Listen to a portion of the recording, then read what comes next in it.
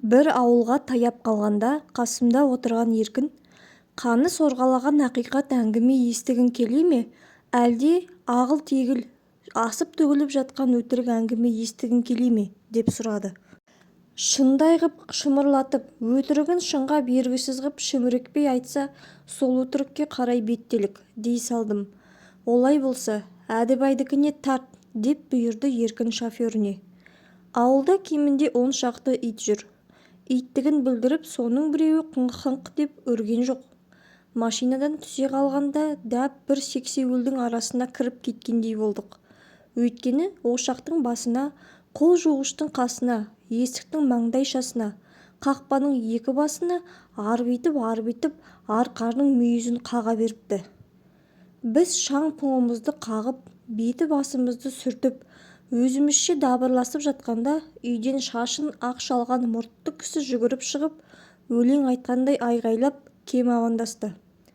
Жас шамасына қарағанда сол елудің есігінде жүрген адам, өңі майлаған бидайдың күреңінде жылтырап тоқтық байқатады. Жүріс-тұрысында сахнаның, бидің қимылы бар, тым ширақ. Өзі де сорғалап тұрған сөз екен. 6 ауыз амандық айтудың арасында біраз жерге ағып барып келді. Қауқылдасып үйге кірдік. Киімдерімізді қоянның терісін сыпырғандай жалма-жан шешіп алып, ауызғы бөлмедегі шаңырақтай арқар мүйізіне ілді. Содан бұлың-бұлтың біраз бөлмелердің бәрін басып өтіп, тұп-тура төргі үйге ертіп келді де, оң жақтағы төсектің жамылғысын түріп жіберіп, «Сен айналайын қонақ шығарсың, мына Алатау аюының үстіне отыр», деп маған төрдің төбесіне аю терісінен жасалған есіктің еніндей көрпе төседі. «Ал, Еркін, сен қасқыр болмасаң да қасқырдай жігітсің, мына жоңғардың аңына мін», деп Еркінге қасқыр терісімен тысталған көрпе тастады. «Ал, сен шопыр бала, бойың қарыстай болса да барыстай баласың, балқаштың барысына қонжи», деп оған барыс көрпе салды. Жапырлап жата қалдық. «Ал, енді 5 минуттай ұшты-күйлі жоғалып кетем. Алаңдамай, қарындарыңды сипап, әңгіме соғып жата тұрыңдар», деп Әдібай далаға шығып кетті. Үш жыртқыштың үстінде үшеуміз жап-жалпақ боп сұлап жатырмыз. «Ал, қасқыр бала, әңгіме айт», дедім Еркінге бұрылып. «Әңгімені жаңағы арқардың өзі айтады. Бұ аңшыларының үйінде адамның шын әңгімесі қиыспай қиюы кетеді. Ал өзі бүл кетпей отырып, астындағы аюды 6 күн әңгімелеп береді», деді ол. «Түлкінің қызылы өзінің соры дегендей. Анау түлкіні көрдіңіз бе? Жаңа ғана қарға аунап тұрғандай құлпырып тұр. Сорлы соншама көздің жауын аларлық қағына қызыл болмаса ғой, бір жерде нанын тауып, күнін көріп жүрер ме еді. Енді міне, Әдібайдың жаман төсегінің тұсында сойған түлкідей ырсиып тұр. Әй, бірақ әдекең тышқанға да түсе береді», деп барыстың үстіндегі қарыс өзінше философия соғып жатыр. Осы кезде «Ассалаумағалейкум» деп үріккен танадай бір бала кіріп келді. Жаңағы арқардың баласы екендігін түрі айтып тұр. Амандастық. Ізінше әкесі келіп, «Ассалаумағалейкум» демекші, менің бір қызығым бар. Оны енді Насыбай атып алып айтпасам айта алмаймын, деп шақшасынан сол қолының алақанына Насыбайдың бытырадай 10 шақты түйірін төкті де, саусағымен шымшып алып барып, астыңғы ернінің үстіне мытып жіберді.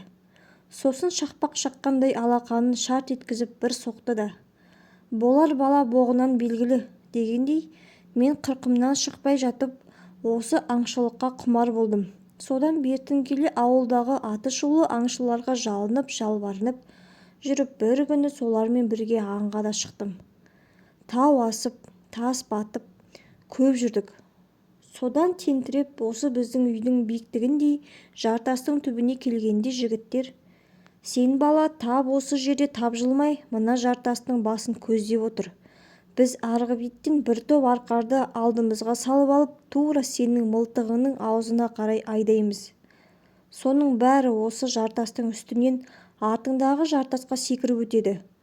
Сол автобусға мінгендей асып-сасып үстіңнен секіріп жатқанда, бір көзіңді қысып алып, шытырлатып құлата бер. Бірақ бәрін шетінен қыра бермей, жілігі татитын сорпалығы бар біреу бүйіндет ат, деп кетіп қалды.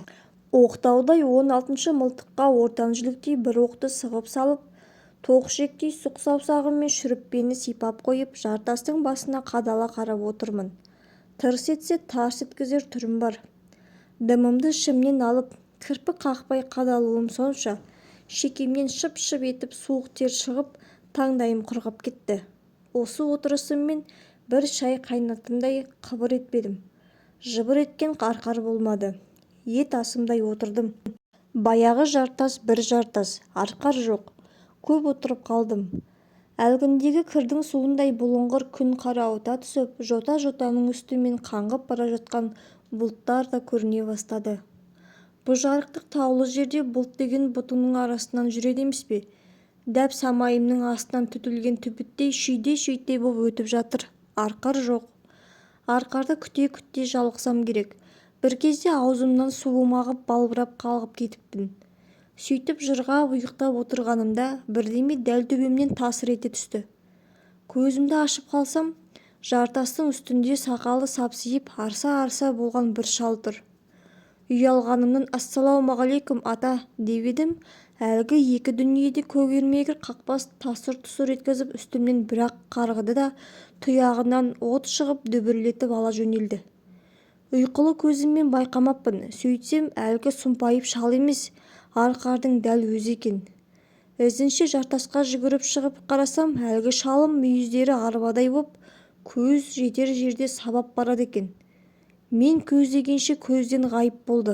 Әкем қаңғытып тастап кеткендей қатты ыза боп келіп орныма отырдым. Бір кезде алқынып аптығып жігіттерім жетіп келді. Бірі тұрып, «Өй, қара басқырау, неге атпадың жаңағы арқарды?» деді. Шал екен деп қалдым. Ауылда шалдар сәлем бермесең жер теберіңе жетіп ұрсады. Қарасам, әупік ақсақалдан аумайтын бір шал тұр. «Ассалаумағалейкум, ата» деп едім. «Әй, ит-ау, шалың не? Тіпті әкең болса да атпадың ба? Өй, шошқау, шалда соншама мүйіз бола ма? Өй, құдай төбеңнен ұрғыр-ау, шал сонадан сонаға секіре ме? Өй, ақымақ-ау, шалдың 4 аяғы бола ма? Иттің ғана баласы. Міне, көбігі қалғымаған бір қазан ет басымнан аттады да кетті. Кедейдің аузы кер ауыз деген. Өй, езуіңді!» Әлгілер осылай жаңағы арқарға кәдімгідей күйіндей. Беттеріне қарасам, мені жеп қойғалы тұр. Өздері де телім-телім боп әбден шаршаса керек. Біреуінің арқасында бір құшақ тікен жүр. Қалпақтарын жерге ұрып жаныма отыра қалып еді, бастарынан бұл бұрқ-бұрқ етеді. Жаным ашып кетті. Енді ғана басылып етек жеңіндегі тікендерді тазалай бастап еді, мен қарап отырмай, «Өй, әлгінде өздерің семіздеуін ат демедіңдер ме? Жаңағы шалдың қай жерін жейсіңдер? Көк шандыр» деп бұлтарған болып едім, біреу күйіп кетті білем. «О, шалыңмен қосып әкеңнің деп қатты боқтады. Сондағы жігіттер қазір сол арқардай арса-арса болып қартайды. Осы күнге дейін кездесіп қалса, ұстап алып, 1 сағаттай ұрсады» деп тоқтады әдекең. Екінші әңгіме. Кілт. Газ деген жалқау жұртқа таптырмайтын тамаша отын болды. Қара сіріңкені қарныңнан тартып жіберіп, тақай қойсаң болғаны. Спиртше жанады. Сосын қазанның пышақ қайрағандай қайнайды. Көбігін қалқып кел де жата бер. Еңбектеп жүрген баланың бұтына анда-санда бір үңіліп қоймаса, әзілқой иіс шығарып қоятыны секілді, газ пешкеде мұрын тайқатып жүрмесе, бөгде иіс шығарып қояды екен. Біздің қазақы мұрын сорпаның иісін сондайдан сезеді ғой. Біздің үйдегі бала-шаға бір күні сорпаға қоса қапталдасып жүрген бір иісті ұстапты. Бірақ ненің иісі екенін еш қайсысы білмейді. Көмекке менің мұрнымды шақырды. Мен де жүгіріп келіп, мұрнымды ілгері-кейін пысылдатып көріп едім. Шынында бөгде иіс жүр.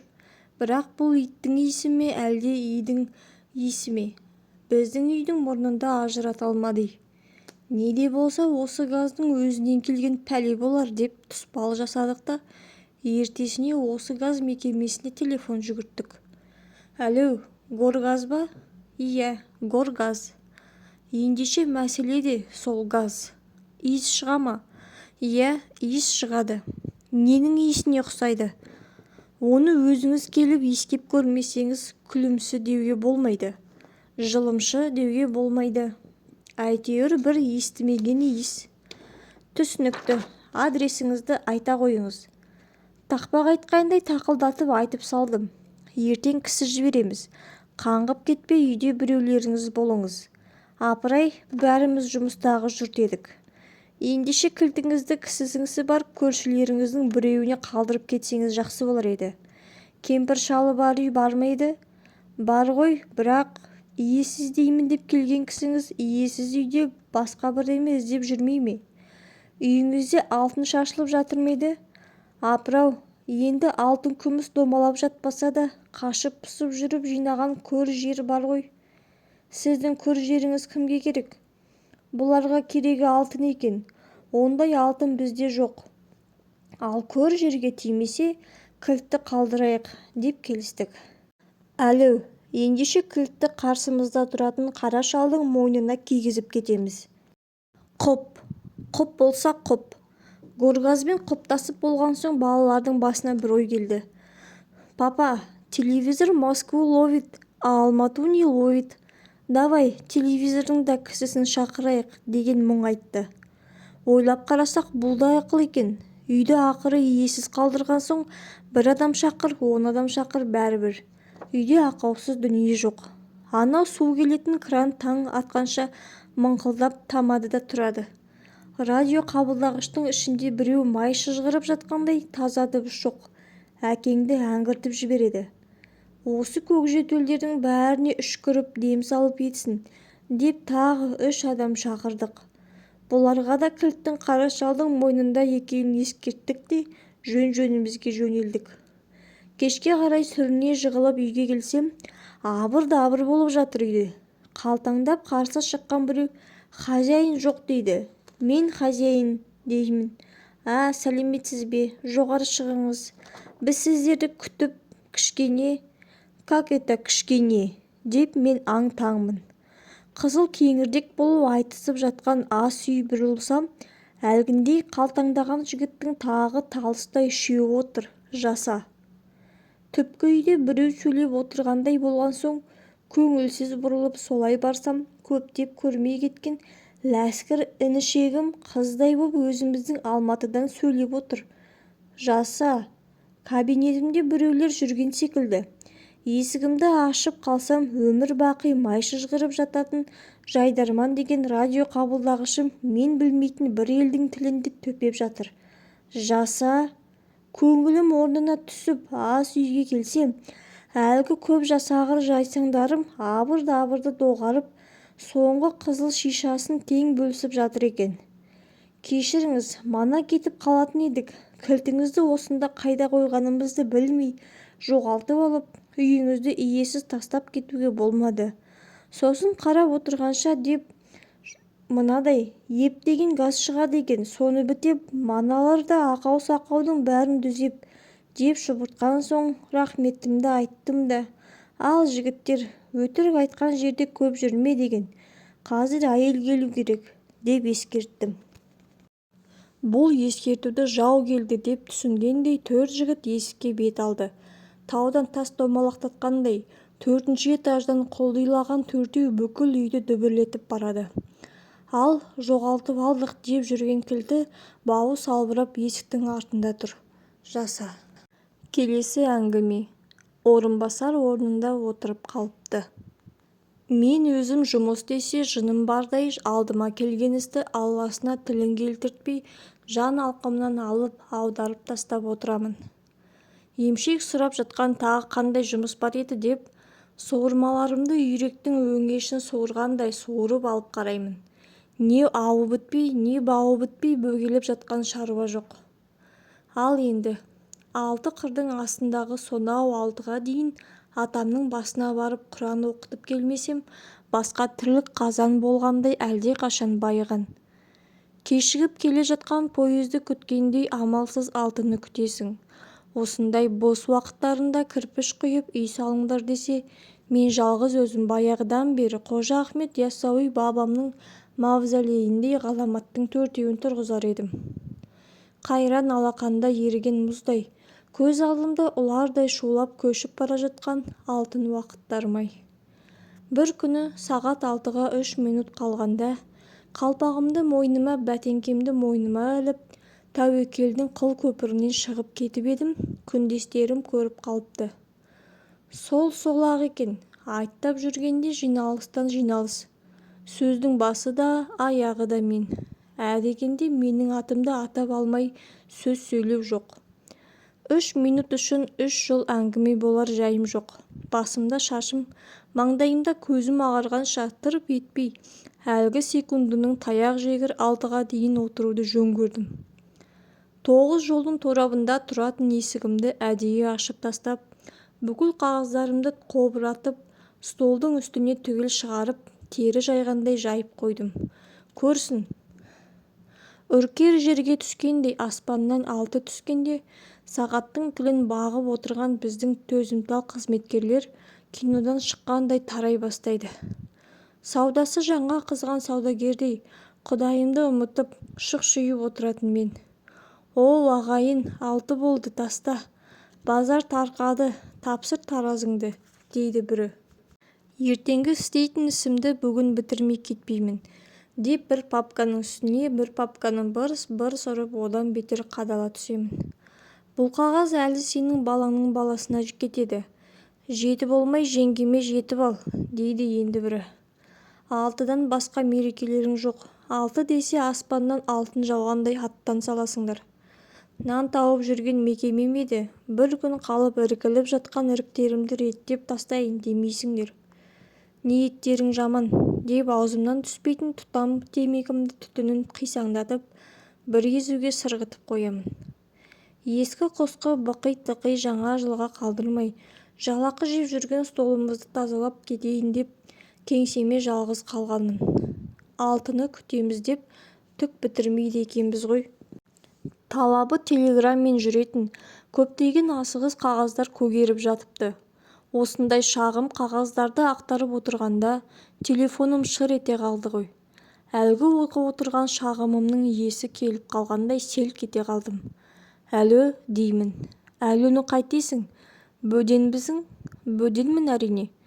Әрине, бөденнің өзі болсаң жақсы болды.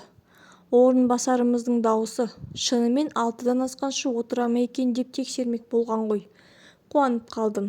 Әй бөден, сенің бүгін кеңседе қалғаның есте қалар іс болды. Мен қамалып қалыппын. Есігімді ашып жіберші, дейді өмірі түстен кейін орнынан таптырмайтын орынбасарымыз. Есігі несі, жеңгеміз қайда деймін. Түкке түсінсем бұйырмасын. Жеңгесі несі мына жетесіздің. Мен саған кеңседегі есігімді ашып бер деп тұрмын ғой. Кеңсенің есігін аш дегені сасқаныма, кеңсе дегені кабинеті болар. Бастықтың бас соққызбайтын кабинетін ашуға қандай хақым бар? Абайлап тыңдасам дауыс бастықтікі, бұйрық мастікі секілді. Төбемнен тамшаққандай қауашағыма жаман ой келе бастады. Ел соңында қалып жұмыс істеп жүргенімді біреуге ор қазып жүрген оңбаған-ау деп ойлаған болар.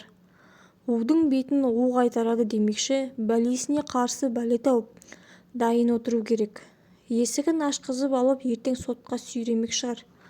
Осылай ой келсе де, аш шегім алқымымда тығылып, трубканы тарс ұрдым. Қағаздарымды қарбалас жинап киініп жатқанымда телефон тағы зарлап қоя берді. Әлі, өй, әлі құрысың. Есігімді ашып бер, қамалып отырмын дедім ғой. Кеңсе бұзар кеңкелес емеспіз, Басеке, ертең келіп өзіңіз ашып аларсыз. Өй, мынау жынды ма? Мен кеңсенің ішінде отырсам, ертең келіп қалай ашамын? Есік бұзған, сейф бұзғанмен бірдей. Кеңседе келесі жылға дейін жатсаңыз да шаруам жоқ. Сақаудың тілін шешесі біледі дегендей, есігіңіздің тілін өзіңіз білерсіз. Жүре түймеленіп есігімді екі бұрыптап жаптым. Кілтін ауызда қалдырдым. Өйткені үй сыпырушы абайға есікті кілтімнен қалдыру керек. Орынбасардың есігінде кілт шалбырап тұр. Әрбір бөлменің телефондары әр түрлі дауыспен кезек-кезек шырылдайды. Кеңседе менен басқа адам жоқ. Мына зырылдап жатқан менікі.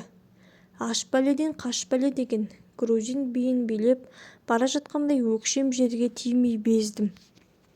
Кеңсеге сағат 9 болмай келіп, соңғы хабар тыңдайтын өзімнің меншікті әдетім еді. Есігімді ашқаным сол еді. Телефоным жылан көрген торғайдай шырылдады. Әлі, өй, әлуіңді ұрайын, кеңсеге түнеттің ғой адамды, келші өзің бері. Мен шамасы жынданған шығармын. Кешегі бастық, кешегі әңгіме, кешегі жауап, кешегі телефон, кешегі есік, кешегі кеңсе. Кешегі жаман ой тамшаққандай тағы тамшылай бастады. Есі дұрыс адам жалғыздан жалғыз түнемейді, демек қасында шыға алмай отырған тағы біреу бар. Ол біреудің маған қас екенін, дос екенін балашы білетін әулие емеспін. Әлгі жаман ой енді ақ жауында түңілдетіп, дегбірсіз тамған тамшыдай төбемді тесіп барады. Телефонды тастап далаға шықтым. Орынбасардың есігінде кілті сол қалпы салбырап тұр. Бөлмемде телефоным жағы сенбей, жетім бала күйін тартып жатыр. 9-дан 5 минут басып барады. Мені көрсе дереу жиналыс ашатын пысықтардың қарасы көрінбейді. Солар келгенде төрт көзіміз түгел тұрып, бірімізге біріміз куә болып беттесіп, төс қағысып, қол алысып барып аштық дейді жаман ойым. Осы кезде тарс-тарс етіп әлгі салбырап тұрған кілт еденге ет бетінен түсті. Өгей жеңгемен төбелесіп жатыр. Жағадан алысып, жамандасар күн туса, осы мыңжылдық дауыңа азық болады дейді жаман ойым. Ал тәуекел, жүгіріп келіп кілтті жұлып алдым да ақырын тығып екі бұрап алдым. Ар жағынан ағамыз арқырап шықты. Ақымақ, осыдан басқа сөз таба алмай қалшылдады да қалды. Сіз шақырып жатыр дегенде денем түршігіп әзер кіретін есігі осы еді. Оның ар жағында қабат-қабат қос есік. Бір есікті ашты дегені сөз байқандай, үш есікті ашып шықты деген сөз. Қойшының таяғында сүйенетін, қағынып жүрген ешкінің мен емеспін. Орынбасар б деп тұтынып тұрғанда кезек бермей әлгіндей бірдемелерді шұбырта бердім. Осы кезде біздің есікті кім ашқан деп секретар келіншек келді. Мен жайыма қалдым. Шырағым-ау, не деген көкмей көкек едің? Қамап кеткенің сасқаның ба? Келіншек не дерін білмей кекештеніп қалды. Дегенмен дереу ес жиып, қабағын қозғалтақтатып, түстен кейін кеңседе отырмайсыз, қайдан білейін, деді. Бастығының ерте кетіп жүргеніне дәп бір өкпесі бардай. Осы сөзінде қаңғымасын деп әдейі қамадым деген әзіл сығалап тұрған секілді. Әйелдің қылығы деген қылғындыра салатын құлбыраудың сыпайы түрі секілді сойқан ғой. Әлгіндегі айдаһардай ақырып тұрған ағамыз тойған қозыдай монтиды да қалды. Егер секретар келіншектің орнында өзіміз секілді арбиған еркек біреу болса, не істесе мына мәселе төбелеспенен тынар еді. Қазір 4-5 милиционер акті жазып жатар еді. Күн көріп жүрген мекемемде бірлі жарым әйел тұқымының болғаны да жақсы екен ғой.